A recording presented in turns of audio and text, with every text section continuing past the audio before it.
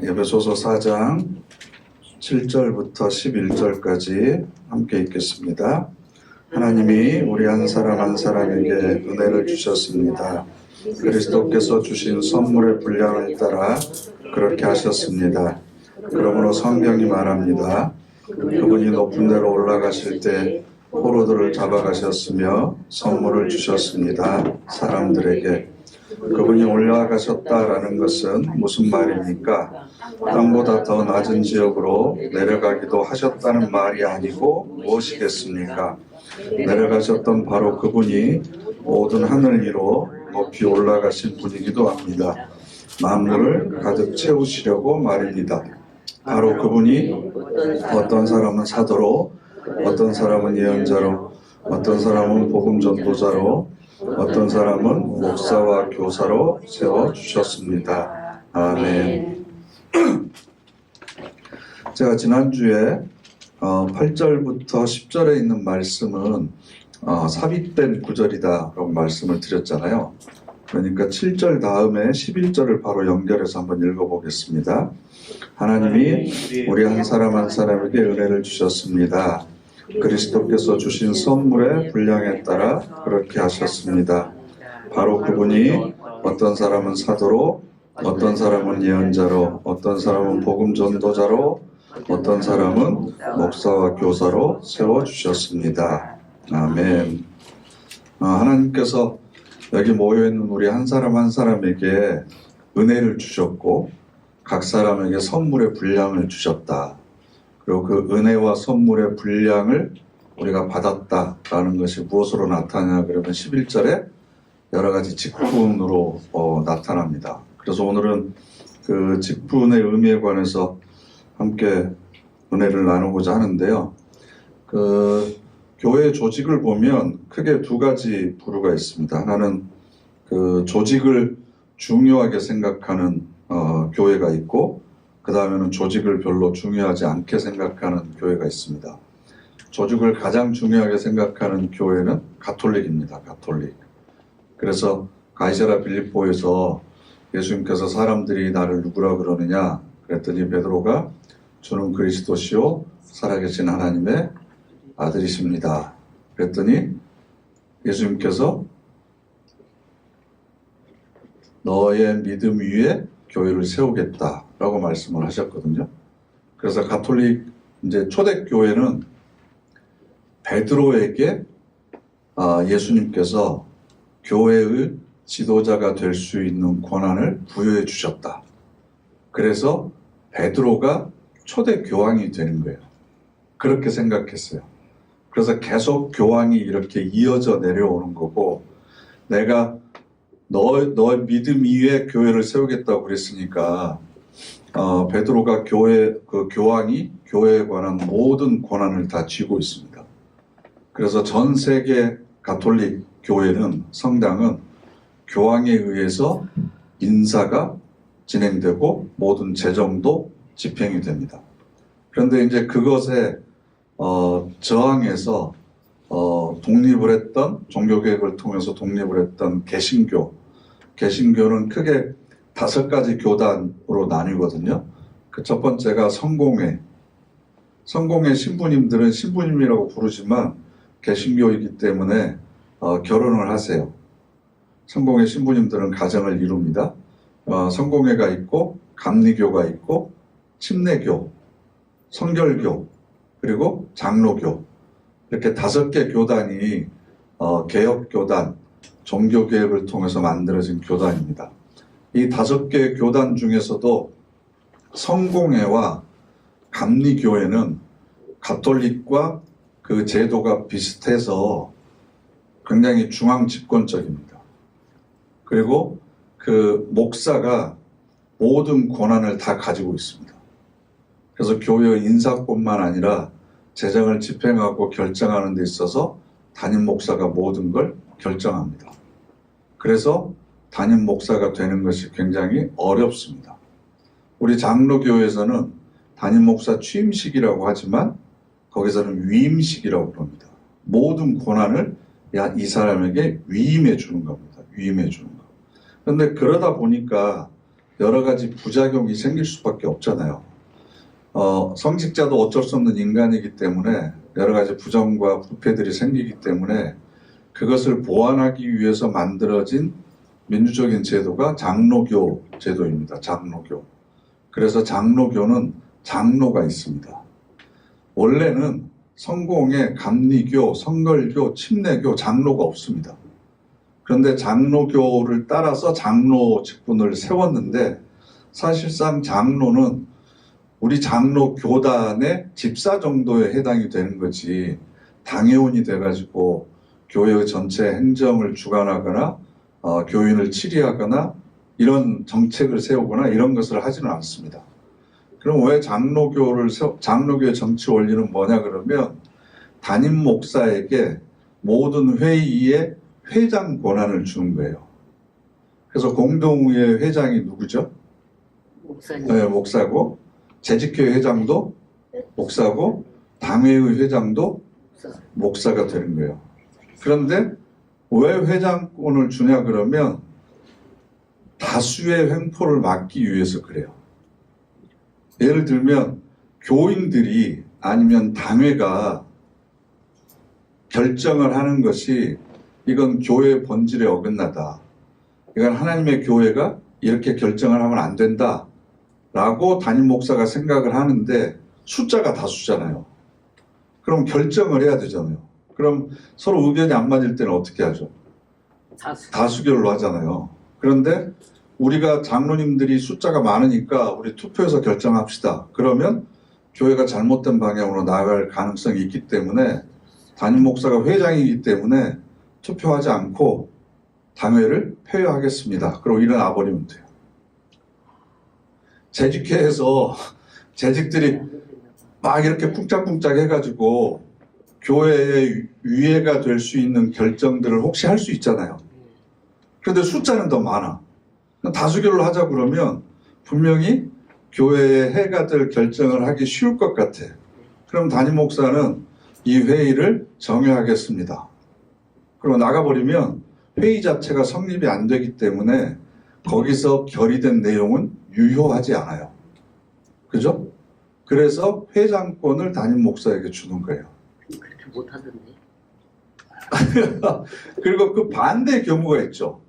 본인이 회장이라고 그래서 모든 것을 독단적으로 처리할 수 있잖아요. 그래서 당회원들이 다수가 되는 겁니다. 그래서 모든 결정은 당회가 하는 거지 담임 목사가 하는 것도 아니고 장로님들이 하는 것도 아닙니다. 재직회도 모든 결정은 회장이 있는 재직회 회의에서 하는 거지 재직들만 모여서 할 수 있는 것도 아니고 장로님들만 모여서 결정하면 그건 당회가 아닙니다. 당회원들의 모임이 되는 거죠. 무슨 의미인지 이해가 되세요? 그래서 제가 생각할 때는 장로교 제도가 일을 하는 데 있어서는 신속하지를 못합니다. 왜냐하면 담임 목사가 무슨 계획을 세우고 일을 하려고 하더라도 당회를 열어서 일단 당회에서 동의를 얻어야 되고 또 그 일을 하려고 하는 것이 재정이 필요하면 재직회를 열어서 재직회 동의를 받아야 돼요. 그러니까 1년에 세워놓은 예산의 항목을 벗어난 새로운 일을 하려고 하면 예산을 추경해야 되기 때문에 재직회의 결의가 또 있어야 돼요. 그런데 만약에 그것보다 더 큰 예를 들어서 교회 재산의 취득과 처분에 관한 일은 세례교인 이상이 모이는 공동의회에서 결정을 해야 돼요. 그것도 공동의회에서 그냥 모이면 되는 게 아니고 한 100명 모여가지고 결정하면 되는 게 아니고 공동의회 회원 과반수 이상이 모여서 재산의 취득과 처분에 관한 것은 3분의 2 이상 찬성을 해줘야 돼요. 그러니까 교회 재산을 함부로 처분할 수가 없어요. 그런 과정들을 전부 거쳐야 돼요. 그러다 보니까 무슨 일을 하나 하려면 합시다 해가지고 그 다음 주에 바로 시행할 수 있는 게 아니고 단계들을 밟아서 해야 되기 때문에 굉장히 시간도 오래 걸릴 수밖에 없는 그런 구조를 가지고 있지만 제가 여러 번 말씀드렸다시피 교회는 일을 하기 위해서 모여 있는 게 아니고 그 일들을 도모하고 의견을 모아가고 실행하는 과정에서 우리가 성장하기 위해서 일을 하는 거지 일 자체가 중요한 게 아니에요. 만약에 하나님께서 일 자체가 중요하다고 생각하면 천군 천사들 보내서 일을 해버리면 훨씬 더 쉽지. 그걸 왜 우리들에게 맡기겠어요? 그런데 이런 조직마저도 우리는 전혀 필요하지 않다. 그래서 형제회라고 하는 곳이 있고 퀘이커 교도 혹시 들어보셨는지 모르겠지만 이런 모임들이 있습니다. 거기는 목사, 장로, 권사, 직분이 전부 없습니다. 전부 형제라고 부릅니다. 그래서 모여서 찬송하다가 감동 있는 사람이 일어나서 설교하고 감동받은 사람이 기도도 하고 그래서 서로 돌아가면서 또 설교를 하기도 합니다. 순번을 정해가지고 그렇게 하는 교회도 있습니다. 또 장로교인데 목사만 있고 그 목사도 설교와 예배를 위한 목사만 있고 다른 어떤 직분도 만들지 않고 모두가 다 성도로 하는 교회들도 있습니다. 그러니까 여러 가지 우리가 장로교회에서 몸담고 신앙생활을 하지만 장로교회 제도라고 하는 것도 완벽하지는 않잖아요. 그걸 어떻게 운용하느냐, 그 사람의 의식 수준에 따라서 장단점이 있는 걸 잘 이렇게 보완하고 장점을 잘 살리면 되는데 완벽한 제도라고 하는 게 있을 수 없고, 그죠? 완벽한 제도가 혹시 있다고 하더라도 그것을 운용하는 사람이 부족하면 그 제도 자체를 잘 이용하지를 못하기 때문에 문제가 생길 수밖에 없는 거죠. 그런데 우리가 바라볼 때 그러면 교회 내에서는 문제가 생기지 않아야 되느냐? 문제 없는 교회가 정상적인 교회냐? 제가 여러 번 말씀드리잖아요. 문제 없는 교회는 없다. 문제 없는 교회에 있으면 혹시 가지 마라. 여러분 때문에 문제 없는 교회가 문제가 또 생길 수 있으니까 그냥 우리는 문제 있는 사람들끼리 모여서 사는 게 낫다. 기분이 좋은 건 아니에요. 이런 말을 하는 저도. 근데 아무튼 4장 11절 말씀을 보면 여러 가지 직분을 주셨는데 이 4장 11절이 의미하는 것은 뭐냐 그러면 11절이 어떻게 시작하죠? 바로 그분이 마지막은 어떻게 끝나요? 세워주셨습니다. 이렇게 끝나요. 바로 그분이 세워주셨습니다. 바로 그분이 저를, 여러분을 이런 직분으로 세워주셨습니다. 이 얘기는 교회는 인간이 만든 단체가 아닙니다. 그리고 교회에서의 직분은 우리끼리 알아서 네가 이거 해라, 내가 이거 할게 라는 내용이 아닙니다. 그럼 예수 그리스도를 머리로 해서 왜 우리에게 이런 다양한 직분을 주셨는가? 이것에 관해서 우리가 좀 살펴볼 필요가 있는데요. 교회 내에서는 항존직이라고 하는 게 있습니다. 항존직. 항상 존재하는 직분. 이걸 뭐 줄여가지고 한자로 항존직이라고 그러는데요. 처음이 이제 목사이고, 그 다음에 장로, 그 다음에 권사, 안수집사. 이걸 항존직이기 때문에 안수해서 임명을 합니다. 그렇죠? 이 항존직이라고 하는 건 교회가 교회되기 위해서는 항상 있어야 되는 직분입니다.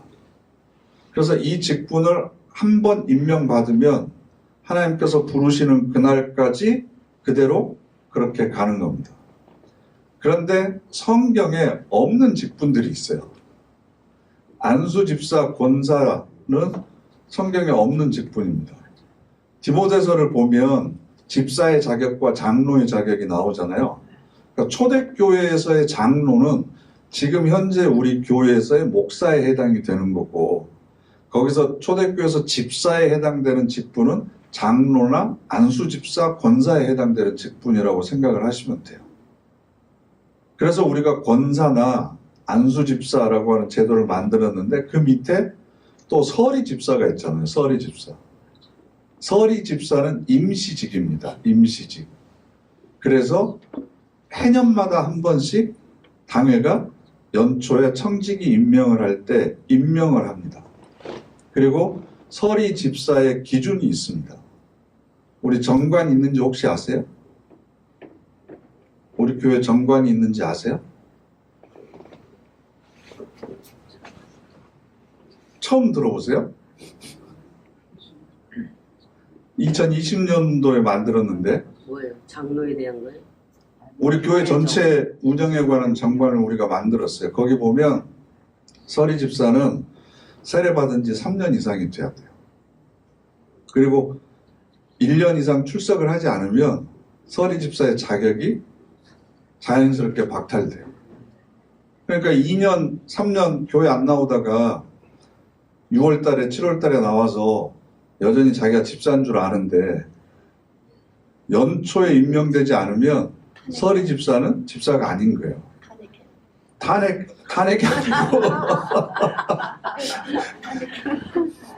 성도로 있다가 그 다음에 1월 달에 다시 임명을 받아야 돼요. 예배위원도 마찬가지예요. 교사와 찬양대 이런 분들은 다 다시 예배위원으로 임명을 받아야 1년 동안 예배위원직으로 섬기게 되는 거죠. 그러니까 교회에 하나님께서 여러 가지 직분을 이렇게 주신 이유가 뭐냐, 이유가. 그냥 놔두지 뭐 이렇게 복잡하게 만드셨을까? 12절 말씀. 12절 말씀 함께 읽어보실까요? 성도들을 잘 준비시켜서 섬기는 일을 하게 하시고 그리스도의 몸을 세우도록 하려고 하신 것입니다. 아멘. 첫 번째가 무슨 목적이에요? 성도들을 잘 준비시켜서 섬기는 일을 하게 하시려고. 우리가 직분을 맡음으로 인해서 하나님의 일을 섬길 수 있도록 우리가 준비되는 거죠. 자리가 사람을 만드나요? 사람이 자리를 만드나요? 자리가 사람을 만들어요? 그럼 여러분들은 대부분 권사님이신데 권사님 되고 나서 권사다운 신앙이 되셨나요? 네? 권사라고 불리기에 나는 너무 자랑스러워. 나는 권사라고 불리기에 조금 더 손색이 없어 라고 생각하시나요? 아니요. 근데 왜 자리가 사람을 만든다고 얘기하세요? 권사 직분 받은 지 뭐 작년도 아닐 거고 적어도 10년 이상 되신 분들이 많을 텐데 그럼 그 자리가 나를 만들었나요? 지금까지? 그래도 권사 아니었을 때보다는 더 나아졌으니까 권사가 그래도 좀 나를 만든 거 아니냐 직분이 라고 생각하실 수도 있죠. 반대로 사람이 그 자리를 더 그 역할을 빛나게 돋보이게 할 수도 있잖아요. 그 사람이 그 직분을 맡음으로 인해서 야, 권사는 저렇게 하는 거구나. 저 사람을 보니까 권사는 저 정도 돼야 권사라고 얘기할 수 있겠구나 라고 그 사람으로 인해서 그 직분이 더 빛나게 보이고 돋보이게 할 수도 있는 거잖아요. 둘 중에 하나가 문제가 아니고 직분이 나를 만들든 아니면 내가 더 직분을 영광스럽게 하든 둘 중에 하나는 해야 되는데 이것도 아니고 저것도 아니면 그래서 교회에서의 직분은 하나님께서 우리에게 주신 구체적인 이유는 뭐냐 그러면 교인들을 유익하도록 하기 위해서입니다. 더 나아가면 그리스도의 몸인 교회를 세우도록 하기 위해서 나에게 직분을 주셨지 나를 세우기 위해서 주신 게 아닙니다. 나를 드러내도록 하기 위해서 하나님께서 우리에게 주신 것은 아니다라는 거죠.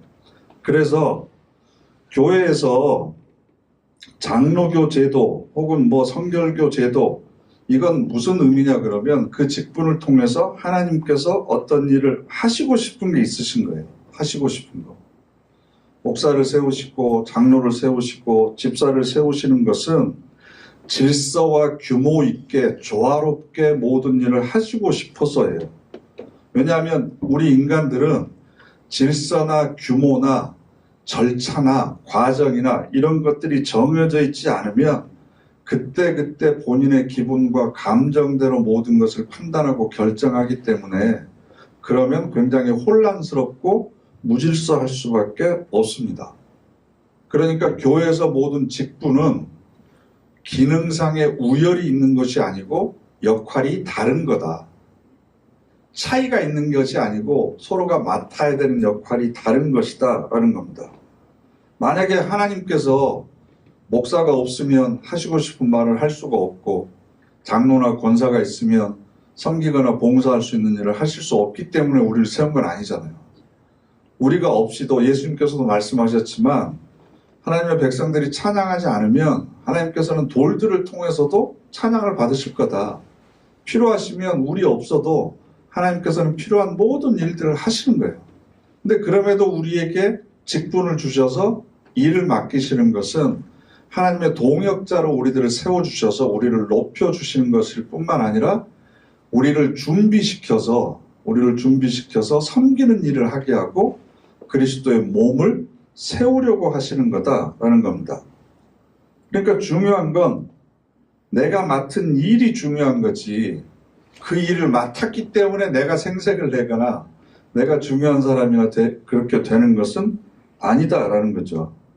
하나님께서 나를 동역자로 세우셨기 때문에 나에게 이 직분을 주셨기 때문에 이 직분을 안 맡은 사람보다는 내가 더 잘났다. 내가 더 믿음이 좋다. 라고 생각하는 것 자체가 하나님께서 직분을 주신 이유를 우리가 잘 모르다는 거죠. 그래서 이 직분이라고 하는 것은 나를 위해서 있는 것이 아니라 다른 성도들을 위해서 있는 거다. 다른 성도들을 위해서. 다른 사람들을 잘 준비시켜서 섬기는 일을 하게 하고 그것을 통해서 그리스도의 몸이 잘 세워지도록 하기 위해서 나에게 직분을 주신 거지 어디 명함 앞에다가 금장으로 뭐 권사 누구 이렇게 새기게 하려고 그런 직분을 주신 것이 아니다라는 거죠. 그런데 그걸 잘 몰라서 자꾸 좀 오해가 생기고 갈등이 생기는 것 같아요. 그래서 우리 모두가 다 지체다라는 거. 우리 모두가 다 지체다. 그리스도의 몸을 이루고 있는 지체다. 그리고 그 직분에는 두드러지는 직분도 있지만 잘 드러나지 않는 직분도 있는 거죠. 교회 내에서 목사가 가장 좀 많이 두드러지는 것 같아요. 그런데 교회 안에서 목사가 하는 일은 일종의 가정교사와 같은 일이지 그 가족은 아닌 것 같아요. 그러니까 지체는 아니라는 거죠. 그래서 장로님들 중에 그런 얘기를 잘 하신 분이 계세요. 교회의 주인은 장로지 목사가 아니라는 거예요. 맞아요? 틀려요? 틀려요. 그럼 교회 주인은 누구예요? 하나님이시죠. 또 교회 머리가 예수님이시죠. 그러면 목사는 그래서 왜 그러냐고 제가 물어봤더니 목사는 임기가 끝나고 어디 좋은 자리에 나면 가잖아. 어? 몸에서 언제든지 떨어져 나갈 수 있는 거니까 아니고 장로님은 죽을 때까지 섬기니까 장로가 교회 주인이라는 거예요. 그러면 집사는 장로의 종인가요? 제가 물어봤었어요. 성도는 그럼 뭔가요? 그럼 교회 주인은 하나님이시고 머리가 예수 그리스도시고 우리 모두가 다 지체들이고 그리스도를 섬기는 것이지 내가 주인이 되는 건 아니거든요. 주인 의식을 갖는 건 좋은 거예요. 주인 의식을 갖는다고 하는 건 내가 이 공동체의 일원으로서 책임감을 갖는 거죠. 책임감을 갖는 건 좋은데 그렇다고 해서 내가 주인이다라고 생각을 해버리면 그래서 내 맘대로 할 수 있다. 나를 통과하지 않고는 뭐든지 안 된다. 이렇게 생각을 해버리면 그건 교회가 어떤 곳인지 직분이 무엇인지를 잘 이해하지 못하는 거죠. 그래서 모든 성도들이 그 지체로서 각자의 위치에 올바로 서 있을 수 있도록 도와주기 위해서 직분을 주는 거고 그래서 교회를 목사와 장로가 하는 게 아니고 사실은 성도 한 사람 한 사람의 힘이 모아져서 하는 겁니다. 그래서 저는 사도 바울의 비유 중에 교회를 그리스도의 몸이라고 비유한 건 정말 기가 막힌 비유인 것 같아요. 이 몸이 모든 지체들이 모여 있어서 하나의 몸을 이루는 거지 하나라도 빠지면요. 지난주에 제가 퍼즐 가지고 말씀을 드렸지만 언젠가 제가 그 얘기도 드린 것 같은데 제 1년 후배 목사 중에 학교 다닐 때 더운 여름에도 양말 신고 다니는 그 후배가 있었거든요. 근데 알고 보니까 어렸을 때 사고로 인해서 오른쪽 엄지발가락이 반이 잘린 거예요. 그래가지고 여름에도 샌들이나 슬리퍼를 못 신고 항상 양말을 신고 다닌다. 나는 왜 그런지 잘 몰랐었어요. 근데 나중에 돼서야 이제 우연히 알았거든요. 그러니까 우리 몸에 작은 지체라도 없으면, 안 보이면 이 온몸 자체가 사실은 불완전한 거예요. 그래서 우리 모두가 다 주인의 의식을 가지고 책임감 있게 모든 일에 임하는 것이 중요하다라는 거죠. 그런데 요즘의 교회를 보면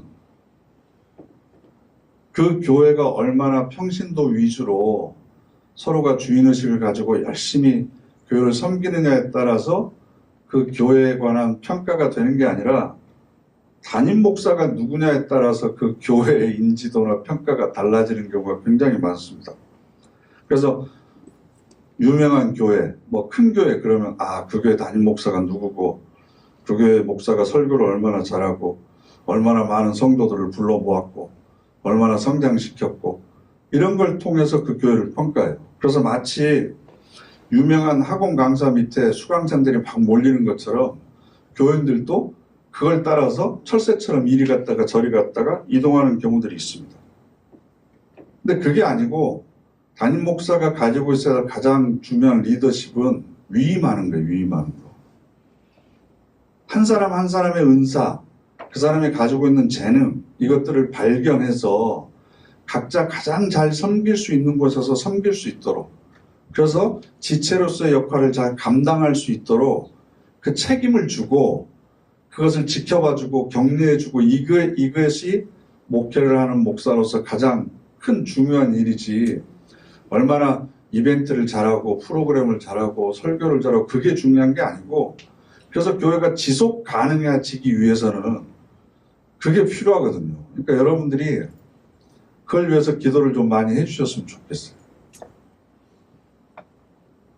우리 교회 40대, 50대 초반에 있는 분들이 교회 일꾼으로 자라나도록 그분들을 위해서 여러분들이 관심을 가지고 기도를 많이 해주셔야 돼요. 그래야 앞으로 10년 뒤, 20년 뒤에 교회가 건강하고 튼튼하게 서갈 수 있잖아요. 우리 교회도 이 건물만 봐보세요. 이 건물만 보더라도 이 건물이 지탱하기 위해서는 기둥이 몇 개가 있어야 돼요. 아마 100개 넘는 기둥이 있을걸요? 이 공간 안에서만 보더라도 기둥이 여러 개가 보이잖아요. 그러면 교회라고 하는 무형의 공동체가 건강하게 서 있기 위해서는 크고 작은 기둥들이 수십 개, 수백 개가 있어야 되거든요. 그런 기둥들은 하루아침에 하늘에서 뚝 떨어지는 게 아니에요. 모든 생명체는 자라나도록 되어 있습니다. 그러면 그 기둥들이 잘 자라날 수 있도록 자양분의 역할을 해주고 햇빛과 비의 역할을 해주는 것이 바로 항존직들이 하셔야 되거든요. 그래서 내 다음에 누가 내 자리를 채울 건지 차세대 리더를 키우는 것에 여러분들이 관심을 가지고 기도하시고 또 그런 분들이 있으면 더 신경 써서 격려해 주시고 응원해 주셔야 돼요. 지적하지 마시고 핀잔 주지 마시고. 그래서 우리 몸을 보면요. 옛날에는 맹장 수술 혹시 하신 분 계신가요? 맹장이 우리 몸에서 하는 일이 별로 없다고 그래서 떼내는 것이 좋다고 생각했어요. 그래서 웬만하면 다 떼냈거든요. 근데 요즘에는 그렇게 함부로 떼내지 않습니다. 또 편도선이라고 하는 게 그때 가면 잘 부어오르고 그래서 편도선 없어도 사는데 별 지장이 없다라고 생각해서 떼내려고 많이 했었습니다. 그런데 그렇지 않습니다. 우리 몸에 필요 없는 장기는 하나도 없습니다. 그리고 여러분이 사실은 지금 내 몸이지만 내 몸에 붙어있는 이 장기들 중에 그것이 무슨 일을 하는지 잘 모르는 것들이 굉장히 많잖아요. 여러분 그 안에 감추어진 장기들이 뭔지 다 이름 아세요? 모르잖아요. 그 역할이 뭔 줄 아세요? 안에 있는 장기들이 무슨 역할을 하고 있는지 아세요? 언제 알게 돼요? 아플 때. 그렇죠. 아플 때 병원 가서 거기가 안 좋습니다. 왜 안 좋습니까? 이게 이런 역할을 하는 건데 이걸 잘 못해서 그래서 안 좋습니다. 건강한 사람은 허리가 있는 줄 없는 줄 몰라야 돼요. 근데 내가 허리가 있구나를 언제 알아요? 아플 때 아는 거죠. 손이 목 뒤로 자꾸 가면 아, 목이 여기 있구나를 알게 되죠. 왜 손이 가요? 아프니까 가는 거죠. 그러니까 있는 듯 없는 듯 무슨 역할을 하는지도 잘 모르겠지만 그래도 같이 있는 것, 이게 바로 건강한 거거든요. 근데 그 사람이 빠지고 나면 그런 얘기 있잖아요. 든자리는 뭐라 그러죠? 몰라도 난자리는 알게 된다. 평소에는 저 사람이 무슨 역할을 하는지, 왜 저 사람이 필요한지 잘 모르다가도 그 사람이 없게 되면 아, 저 사람이 했던 것이 이거구나 라는 것을 알게 되듯이 하나님께서 우리 능동교회라고 하는 이 몸을 건강하도록 하기 위해서 모든 필요한 사람들을 다 보내주셨다. 있는 줄 없는 줄 모르고 무심하게 지나가는 게 건강한 거다. 사랑니가 있는지 언제 아세요? 썩었을 때 알잖아요. 그랬을 땐 잘 모르죠. 그러니까 마찬가지로 교회도 나에게 어떤 직분이 있는 건지 내가 무슨 일을 해야 되는 건지 잘 드러나지 않는 경우도 있습니다. 그런데 중요한 건요. 뼈 다쳐서 안 죽잖아요. 근데 생명과 직접적으로 연결이 된 건 하나님께서 우리 안에 깊숙이 감춰두셨습니다. 뇌가 손상되지 않도록 하기 위해서 이 튼튼한 두개골 안에다가 뇌를 넣어주셨고 눈도 굉장히 예민하잖아요. 그러니까 여기 안에다 구멍을 깊게 파서 넣어놓으셨고 심장이나 폐나 이런 것도 이 갈비뼈로 감싸고 근육으로 감싸고 그래서 안에다가 깊숙이 감춰놨거든요. 그러니까 사실은 우리 교회를 살아서 움직이게 만들고 건강하게 유지하는 건 눈에 잘 드러나지 않는 사람들이에요. 이걸 모르면 안 돼요. 아, 왜 사람들이 나를 안 알아주지? 나도 사람들 앞에서 박수 받고 싶고, 사람들 앞에서 칭찬받고 싶고, 그런 생각을 많이 하는데요. 그렇지 않을수록 나는 이 교회의 생명과 직결된 일을 하고 있다고 스스로 생각하셔야 돼요. 그래서 사실은 저는 그런 생각을 가끔씩 하는데, 우리가 하나님 나라 가면 목사가 제일 상을 받을 게 없을 것 같아요. 왜냐하면 교인들한테 이미 상을 좀 많이 받아서 칭찬도 듣고 존경도 받고 대접도 많이 받고 그래서 내가 하나님 나라에 갔을 때 네가 받아야 될 상은 다 이미 다 받았다라는 얘기를 들을까 봐 섬찟할 때가 있어요. 드러나고 칭찬받고 이러는 것보다도 숨겨져서 감춰져서 아무도 몰라주지만 묵묵하게 일을 하는 사람들에 의해서 그런 분들의 헌신과 섬김에 의해서 교회가 사실은 그 생명력을 유지하고 있는 거다. 생명과 관련된 장기들은 눈에 보이지 않다. 그러면 내가 정말로 생명과 이 교회의 생명과 관련된 일을 하려면 정말 골방에서 아무도 보지 않는 데서 교회를 위해서 기도하시는 분들이 있어야 되고요. 그죠? 보이지 않는 곳에서 주방에서 땀 흘리고 예배 시간에 참석도 하지 못하고 밖에서 주차 봉사하고 방송실에서 그러고 있고 사실 재정도 아무도 안 보는 4층의 그 구석진 방에서 다 끝나고 나서 거기서 이렇게 하시는 분들이 계시거든요. 그러니까 그런 분들이 있어야 돼요. 특히 기도하시는 분들이 좀 많이 늘어났으면 좋겠어요. 그래서 흔히 우리 그 불교에서 2판 4판 얘기하잖아요. 2판 4판. 그게 불교에서 나왔어요? 네. 4판이 뭐냐 그러면 일사자거든요. 그래서 절에서 행정을 보는 주지 스님 같은 분들이 4판이에요. 2판이라고 하는 건 272자를 써가지고 그 성철 스님 같이 굴 파서 들어가가지고 동안거 하안거 하면서 며칠 동안 그 등을 바닥에 눕지도 않고 계속해서 돌을 닦고 진리를 찾고 그렇게 해서 기도하시는 분들. 그러니까 4판은 불교 신자들이 가면 절에서 만날 수 있는 스님들이 4판인 거고 절에서도 깊숙한 곳에 관광객들이나 이런 사람들 들어오지 못하도록 차단해 놓고 거기서 불경을 읽으면서 연구하고 계속해서 기도하고 있는 사람들이 2판이에요. 2판. 그래서 흔히 우리가 정신적인 지주도 없고 일을 하는 사람도 없고 모든 것이 섞여 있을 때 에이 2판 4판 공사판이다 뭐 어쩌고 저쩌고 이런 얘기를 하는 게 그거예요. 가톨릭에서는 수도원이 있고 수녀님들이 계세요. 수도원에 들어가서 계속 기도만 하면서 그 영성을 위해서 매진하는 분들이 보이지는 않지만 밑에서 중심을 잡고 계시는 분들이 있다고. 근데 개신교에서는 종교개혁을 하고 나서 그 전통이 없어졌어요. 그래서 우리 교단에도 디아코니아 수녀회 같은 게 있었어요. 디아코니아 자매.